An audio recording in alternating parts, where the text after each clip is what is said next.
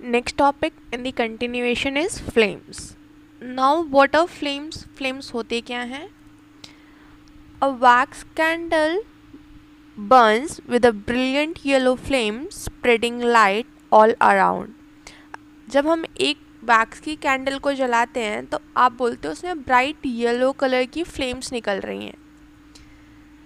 The domestic gas burner when lighted Burns with a blue flame. जब घर पर gas burner को जलाते हो, उसको लाइट करते हो, तो उसमें से कहते हो ब्लू कलर की फ्लेम्स निकल रही हैं. What is this flame? ये फ्लेम है क्या जिसके बारे में हम बोल रहे हैं? कभी येलो कलर की फ्लेम निकल रही है, कभी ब्लू कलर की फ्लेम्स निकल रही हैं. So a reason of burning gases that is vaporised fuel. हमने पहले ही बात किया था कि हमारा जो जलता है वो क्या, वेपराइज्ड फ्यूल जलता है, फ्यूल नहीं जलता. Is called a flame. Just like suppose करो हमने वैक्स कैंडल को जलाया है यहाँ पर, तो यहाँ पर जो वैक्स के वेपर्स हैं विच कैचेस फायर, जो फायर कैच करते हैं और जलते हैं, that is called as a flame. ठीक है, उसी को हम क्या बोलते हैं? फ्लेम बोलते हैं. Structure of a flame. अब फ्लेम का स्ट्रक्चर कैसा होता है? On lighting a wax candle wax melts and rises into the wick. जब हम वैक्स कैंडल को लाइट करते हैं तो क्या होता है, आप देखते हो ये वैक्स मेल्ट होना स्टार्ट करती है. ये क्या करती है? मेल्ट होना स्टार्ट करती है. और मेल्ट होती है तो ये कहाँ से राइज अप होती है? विक पर राइज अप होती है. विक मतलब उसका जो थ्रेड निकला हुआ है वही है. जस्ट लाइक जैसे हम घर पे दीपक जलाते हैं तो दीपक में क्या होता है, यहाँ पर हमने अपना फ्यूल ऑयल डाल रखा होता है और यहाँ से एक विक बाहर निकली होती है.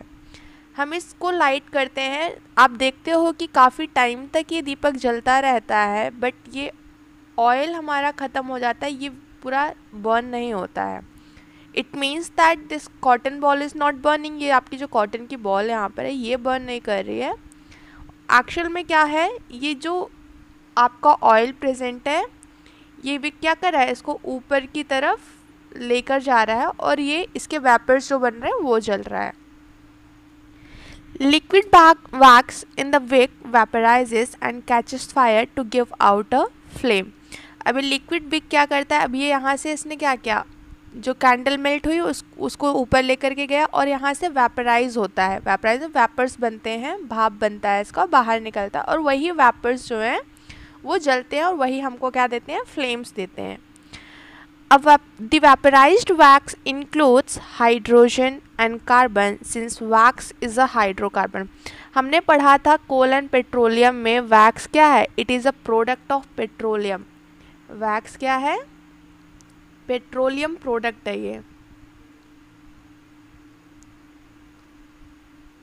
और पेट्रोलियम हमने अभी थोड़ी देर पहले भी पढ़ा था, पेट्रोलियम प्रोडक्ट्स क्या हैं? हाइड्रोकार्बन्स होते हैं. पेट्रोलियम क्या होता है? हाइड्रोकार्बन्स मतलब combination of carbon and hydrogen. So ये combination of carbon and hydrogen है तो ऑब्वियस है इसमें से क्या बनेगा हमारे पास? कार्बन एंड हाइड्रोजन में मेल्ट होंगे तो मिलेंगे light.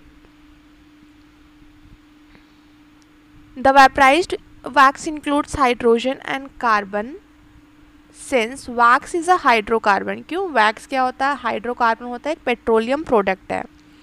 Light a wax candle and watch its flame. एक वैक्स कैंडल को लाइट करो और उसकी फ्लेम्स को ऑब्जर्व करो. Carefully note the different coloured zones in the flame. अब आप देखोगे कि इस फ्लेम में आपको डिफरेंट डिफरेंट कलर जोन्स मिलेंगे. यहाँ पर जो विक होती है वो ब्लैक कलर की आपको दिखेगी, फिर यहाँ पर आपको येलोइश या हल्का सा ऑरेंज सा फ्लेम दिखेगा. और केयरफुली ऑब्जर्व करोगे सो बिल्कुल साइड में कॉर्नर्स में आपको ब्लू फ्लेम्स भी दिखेंगे. Starting from the base of the flame, a flame has 3 zones. Base से हम स्टार्ट करें तो हमारे पास फ्लेम्स में कितनी जोन्स होती हैं? 3 जोन्स. मैंने अभी 3 कलर्स यहाँ पे डिस्कस किए. विक ब्लैक कलर में दिखती है, ये फ्लेम्स हमें येलो या फिर ऑरेंज कलर में दिखते हैं और ये साइड में हल्का सा हमें blue flames.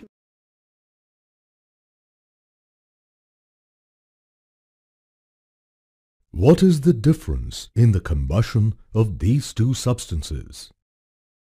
Charcoal burns with a glow, whereas the candle burns with a flame.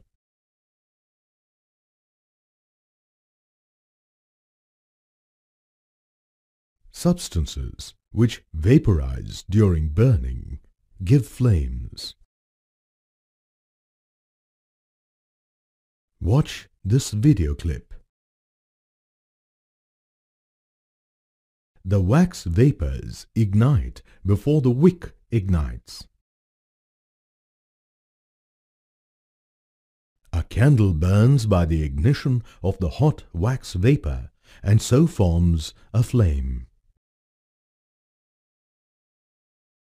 Warm liquid wax is sucked upwards towards the flame through capillary action. On reaching the flame, the wax gains heat and vaporizes. The air rising upwards carries the wax vapor to the burning flame, ensuring a continuous supply of vapor and hence continuous combustion.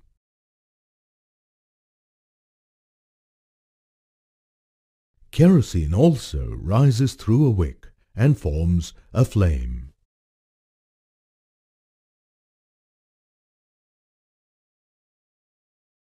Charcoal does not rise and hence no flame is produced when it burns. On the basis of this, we have 3 zones in a candle flame. Let's see what are they. First one is dark or black inner zone of the flame. Dark or black inner zone is your wick itself. आपकी जो wick होती है वही dark black color में दिखती है. Surrounding the wick is the dark zone. जो wick के surrounding में यहाँ पे देखो ये आपका क्या है, dark zone है. There is no burning in this zone. इस zone में कुछ भी burning नहीं होती है. wick burn नहीं करता है. हमने बार बार रिपीट किया कि विक बर्न नहीं करता है. आपका बर्न क्या है, जो फ्यूल के वेपर्स होते हैं, मेल्टेड बैग्स के जो वेपर्स होते हैं, that burns. If we pass a wooden splinter through the dark zone of the flame, it comes out unburnt. You can check out this activity. अगर हम यहाँ पे विक के पास एक वुडन स्प्लिंटर पास करते हैं तो ये क्या होगा, ये अनबर्न रह जाएगा. क्यों? क्योंकि यहाँ पर विक हमारा जो है वो बर्न ही नहीं कर रहा है. Showing that there is no burning. वह इससे हमें क्या पता चलता है कि विक के पास में कुछ भी बर्निंग नहीं है. This dark zone is least hot part of the flame. So flame का लीस्ट हॉट पार्ट कौन सा होता है, डार्क जोन होता है. ये आपका है लीस्ट हॉट पार्ट, सबसे कम गर्म होता है. क्यों? क्योंकि यहाँ पे कोई भी बर्निंग नहीं होती है. Next is luminous zone. Luminous means which provides light, जिसमें लाइट होती है, ठीक है, विच हैज़ लाइट, जिसमें लाइट होती है उसको बोलते हैं ल्यूमिनस. आपने luminous and non luminous objects पढ़े होंगे. The objects which has light of itself, जिसके पास खुद की लाइट होती है, उसी को बोलते हैं ल्यूमिनस. सो ल्यूमिनस जोन का मतलब यहाँ से है कि हाँ कहीं हमारे पास लाइट हमें मिल रही है. In this region of the flame, hydrogen burns with a brilliant yellow luminous flame. इस जोन में क्या होता है, हाइड्रोजन, हमने अभी पढ़ा था वैक्स जो है हमारा मेल्ट होता है, हमें क्या देता है, हाइड्रोजन एंड कार्बन देता है, because wax is hydrocarbon. Hydrogen Burns with a brilliant yellow luminous flame. किस कलर में बर्न करता है वो, उसकी फ्लेम्स किस कलर की होती हैं, येलो कलर की होती हैं. Burning hydrogen combines with oxygen to form water vapour. अभी यहाँ पर हमारे पास वैक्स हाइड्रोकार्बन है, तो इसमें हाइड्रोजन है और कार्बन है. हाइड्रोजन बर्न करके क्या यहाँ पे देखो दे रहा है, वाटर वेपर्स दे रहा है. Burning hydrogen combines with oxygen, जो आपका अब जलने के लिए हमें ऑक्सीजन चाहिए, जो एयर में ऑक्सीजन प्रेजेंट है. अब ये हाइड्रोजन ऑक्सीजन के साथ कंबाइन होकर के हमें क्या देता है, वाटर वेपर्स देता है. वाटर है, ये गैशियस फॉर्म में है, ये वाटर वेपर्स है. And carbon also burns in this zone, giving some luminosity to the flame and producing carbon dioxide. And this carbon burns in the presence of air, that is oxygen, and gives out carbon dioxide. और ये हमें क्या देता है, carbon dioxide oxide देता है। अभी हमारा वैक्स क्या है, हाइड्रोकार्बन से, it means it is the combination of hydrogen and oxygen, and here hydrogen Burns and gives water vapors and carbon burns in the presence of oxygen and releases out carbon dioxide. Some unburnt carbon particles are left which gives rise to shoot. कुछ आपके carbon particles unburned रह जाते हैं और उनकी वजह से क्या होता है, वो किसको बढ़ावा देते हैं, सूट देते हैं। Luminous yellow zone of a flame is mainly due to incomplete burning of carbon.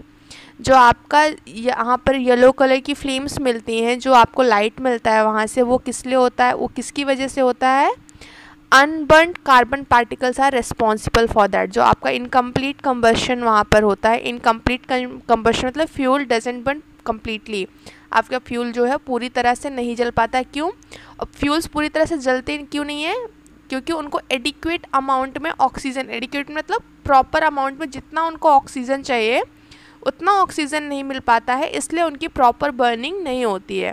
Because fuels को बर्न करने के लिए ऑक्सीजन चाहिए, तो उनको जितने अमाउंट में ऑक्सीजन मिल पाता है उतना ही वो बर्न होता है, रिमेनिंग क्या है आपका अनबर्न लेफ्ट ओवर रह जाता है।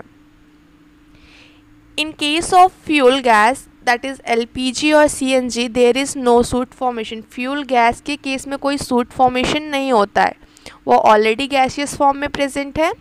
The fuel gas burns completely with a blue flame. If we introduce a clean glass slide in the luminous zone of the flame from a wax candle with the help of a pair of tongs for a few seconds, a blackish ring is formed on the slide which shows deposition of unburned carbon particles present in luminous zone of the flame.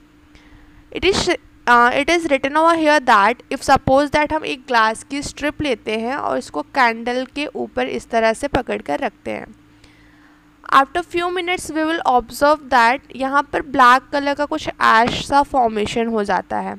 और ये अब black colour का जो formation हो रहा है ये है क्या, ये है आपके अनबर्न्ड कार्बन पार्टिकल्स। क्या है ये? Unburned carbon particles.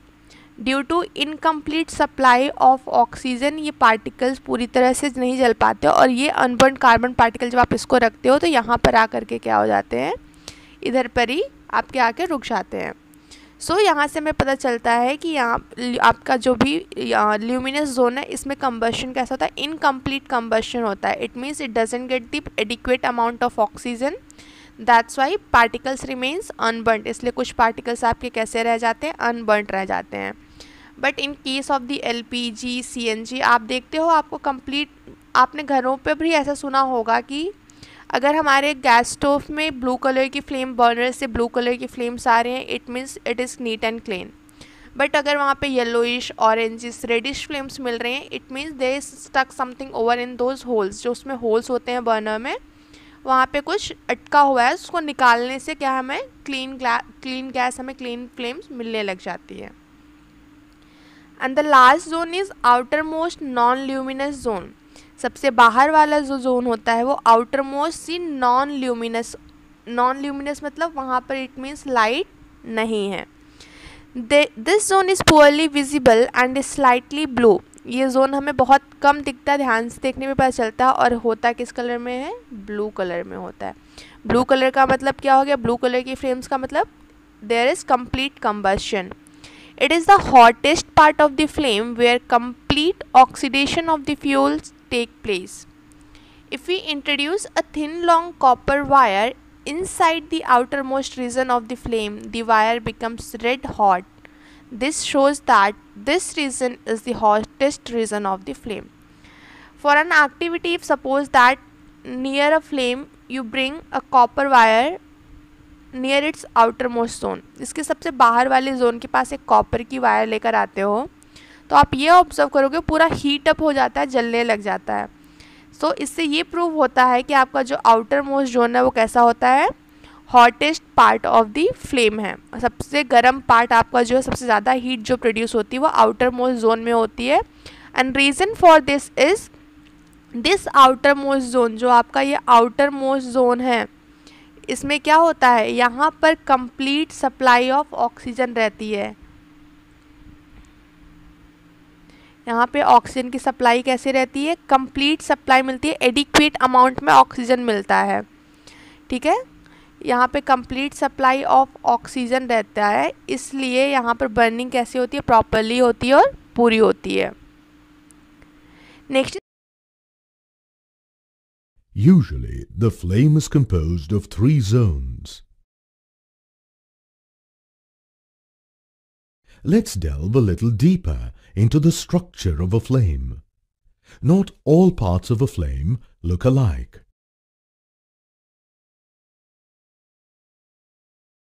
The innermost dark zone has the lowest temperature and cannot ignite the wax.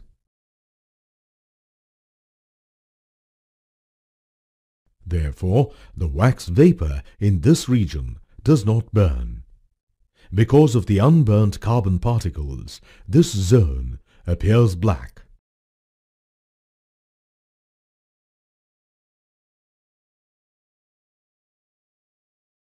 Consider the part of the flame that is somewhere in the middle of the flame.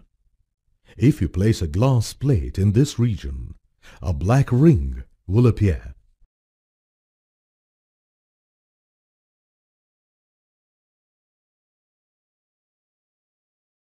This is the yellow zone and has moderate temperature.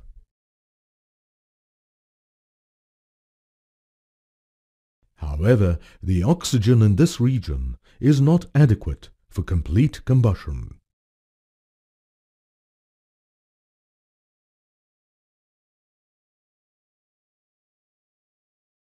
Therefore, the vapor in this zone burns only partially, and hence the yellow color of the flame.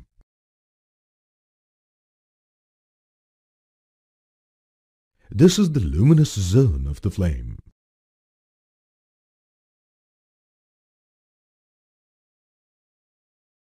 When a copper wire is held in the outer zone of the flame, the wire glows red hot.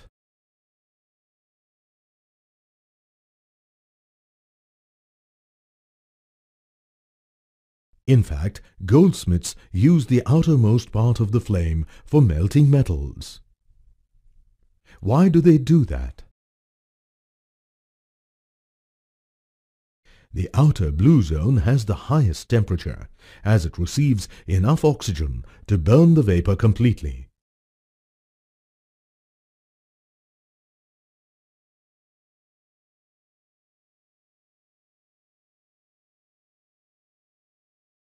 Unlike the yellow zone, the blue zone is not luminous. So this zone is called the non-luminous zone. Next is color of the flame changes with the supply of oxygen. अब oxygen की supply किस basis कैसे हो रही है, कम है, ज़्यादा है, बहुत कम है, on the basis of that the colour of the flames changes. Let's see how.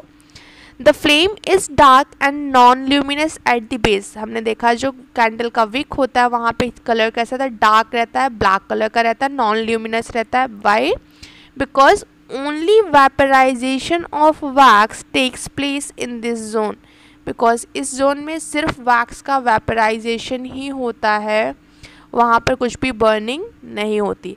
तो सिर्फ वहाँ पे जब वेपर सी फॉर्मेशन हो रहा है, वेपर सी बन रहा है, कुछ भी बर्निंग नहीं हो रही है, तो वहाँ पर लाइट ही नहीं रहेगी, इसलिए वो जोन कैसा होता है, डार्क ब्लैक कलर का होता है. Next is the flame is yellow mixed with red due to partial burning of carbon since oxygen supply is not sufficient to reach the centre of the flame. अभी उसके बाहर वाला जो flame के next zone जो होता है, this is your Wick, ये आपका सबसे अंदर वाला जोन हो गया, इनर मोस्ट. उसके बाद जो यहाँ पे आपको फ्लेम्स दिखती हैं येलो या ऑरेंज या रेडिश कलर में.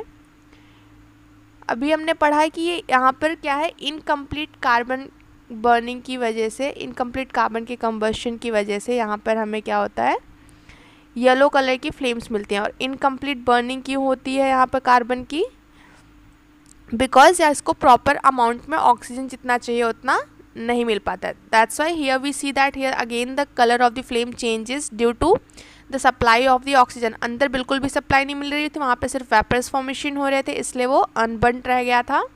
और ब्लैक कलर का दिख रहा था। एंड आफ्टर दैट यहाँ पर क्या है, आपको ऑक्सीजन की सप्लाई मिल रही है बट प्रॉपर अमाउंट में नहीं मिल रही है। तो ये जोन कैसा है आपका, येलो कलर या फिर ऑरेंज या फिर रेडिश कलर में। And the outer most zone, ये सबसे बाहर वाला जो है, ये ब्लू कलर में रहता है बिकॉज यहाँ पर हमें प्रॉपर सप्लाई ऑक्सीजन की यहाँ पर मिलती है, इसलिए ये फ्लेम कैसे रहता है, ये ब्लू कलर में दिखता है हमें।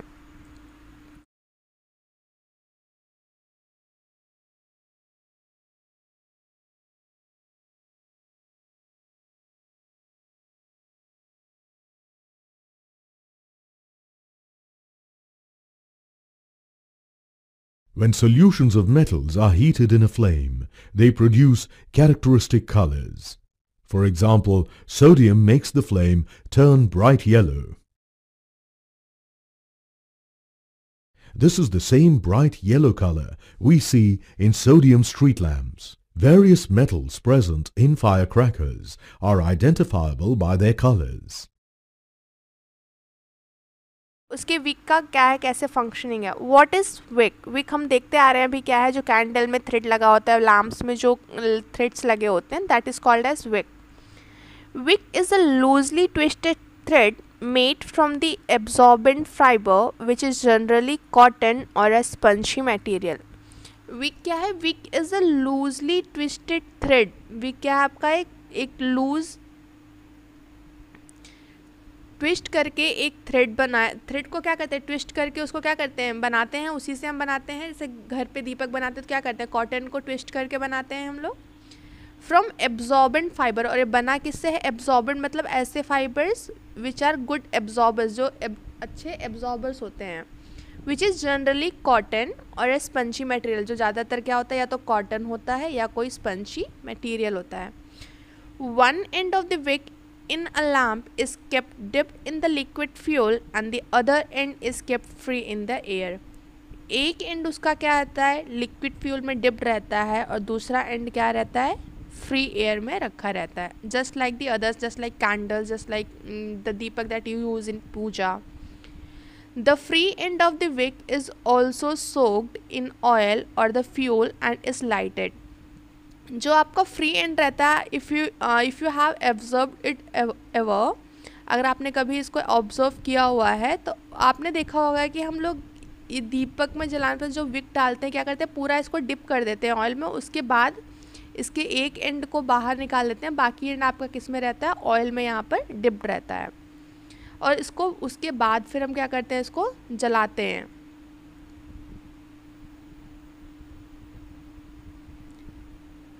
The wick on being gets heated and the fuel vaporise. जब ये विक हीट होता है तो क्या होता है, यहाँ से फ्यूल आपका वेपराइज होना स्टार्ट होता है हीट की वजह से।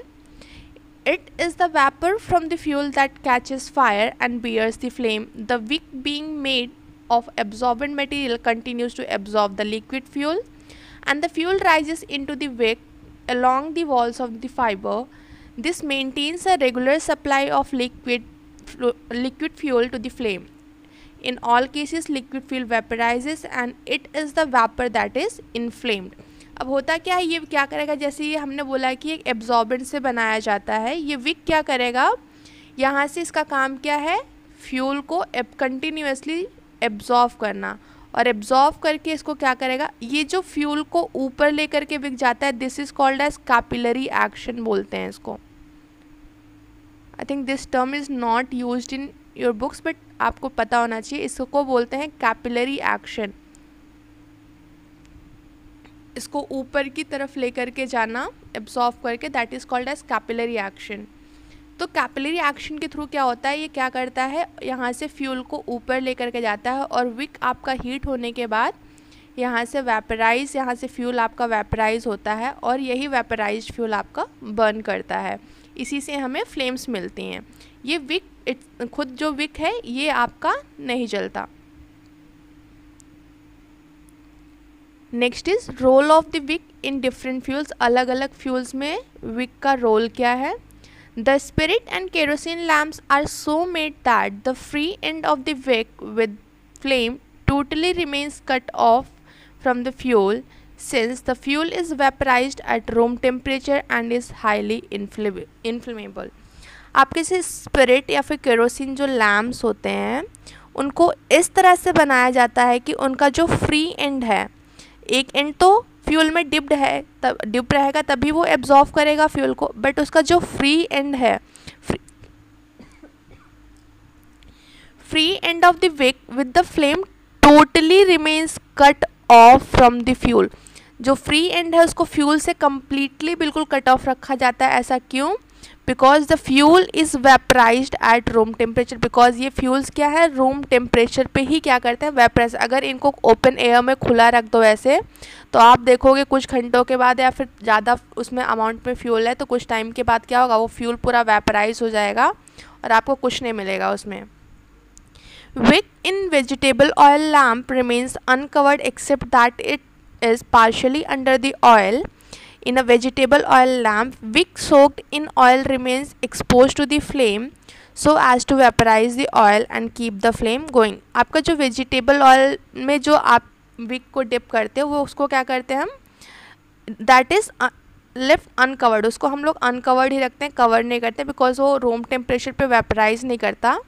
Except that it is partially under the oil. वो क्या होता है, उसको आधा हम ऑयल में डाल के रखते हैं और आधा हम क्या करते हैं, बाहर निकाल के रखते हैं। इसमें क्या है, विक को हम ऑयल में सोक करके रखते हैं और रिमेनिंग पार्ट आपका फ्री एयर में रहता है। सेम प्रोसेस यहाँ पे भी क्या करेगा, ये फ्यूल को एब्जॉर्व करेगा, एब्जॉर्व कर करके वेपराइज होगा फ्यूल और आपके फ्यूल्स लास्ट में क्या होंगे, बर्न होंगे। Wick in wax candle is surrounded all around with wax. आप वैक्स कैंडल तो देखा ही है सबने, इसमें क्या होता है, जो विक है चारों तरफ से वैक्स से सराउंडेड होता है। The flame melts the wax below. आप जो the flame melts the wax below. अब क्या है, यहाँ पे कैंडल में यहाँ पे जो फ्लेम जल रही है इसके सराउंडिंग में जो वैक्स है ये क्या करता है, इसको मेल्ट करता रहता है। आपने देखा है कि कंटिन्यूसली ये मेल्ट होता रहता है और यहीं से वेपर्स की फॉर्मेशन होती हैं। The molten wax rises into the wick and vaporizes to keep the flame going. यही molten wax जो है wick इसको क्या करता है, एब्जॉर्व करता है, ऊपर लेके जाता है और ये वेपराइज होता है और यही molten wax आपका कंटिन्यूसली फ्लेम प्रोवाइड करता है। The chemical history of a candle. Michael Faraday, an Englishman, once in the year 1860s gave a talk on chemical history of candle, a summarized version of which is as follows. Michael Faraday ने आपको एक chemical history इसकी दी हुई है, उसका summary हमारे पास यहाँ नीचे लिखा हुआ है। Wax is a fuel the store house of energy. Wax क्या है, एक फ्यूल है, ये एनर्जी का स्टोर हाउस है। It comes from beehives. Its constituents are hydrogen and carbon, the hydrocarbons. यह आता कहाँ से, beehives, मधुमक्खी के छत्तों से आता है और इसके ये हाइड्रोकार्बन्स होते हैं तो इसके कॉन्स्टिट्यूएंट्स क्या हैं, hydrogen and carbon, that is your hydrocarbons. A wick made from fiber is surrounded all around with wax in the form of a candle. wick को क्या किया जाता है, कैंडल में चारों तरफ से वैक्स से सराउंड कर दिया जाता है। When the wick is ignited, heat from the flame on the wick helps the wax below to melt. जब हम लोग क्या करते हैं, विक को इग्नाइट करते हैं, जलाते हैं, तो उससे जो हीट मिलती है वो क्या करती है, कैंडल के चारों तरफ यहाँ जो वैक्स है, इसके फ्लेम के चारों तरफ जो वैक्स है इसको हीट मिलती है तो ये मेल्ट होना स्टार्ट हो जाता है। Molten wax rises into the wick by capillary action. Capillary action क्या है, जो ये एब्जॉर्व करके फ्यूल्स को ऊपर की तरफ ले करके जाता है। And gets heated to release hydrogen and carbon. ये क्या करता है, अब इसको ऊपर एब्जॉर्व करके ले जाएगा और इसके जो वैपर्स बनते हैं, वैपर्स में हमें क्या मिलता है, कार्बन मिलता है और हाइड्रोजन मिलता है। Hydrogen Burns with a golden yellow flame forming water vapour. Hydrogen जलता है और किस कलर की फ्लेम देता है हमें, गोल्डन येलो कलर की फ्लेम देता है और फॉर्मेशन किसकी करता है, वाटर वेपर्स की। It also helps in oxidising carbon into carbon dioxide. और साथ में इसमें क्या होता है, जो कार्बन है वो बर्न करके कार्बन डाइऑक्साइड रिलीज करता है ऑक्सीडाइज करके. Both forming the luminous part of the flame, a part of the carbon remains unburned, which is then burnt in the outermost part of the flame, giving out enormous heat. This is how a wax candle gives out light and heat. आपका carbon particles कुछ unburn भी रह जाते हैं और ये बाहर outermost zone में जा कर के फिर जलते हैं और ब्लू कलर की फ्लेम देते हैं.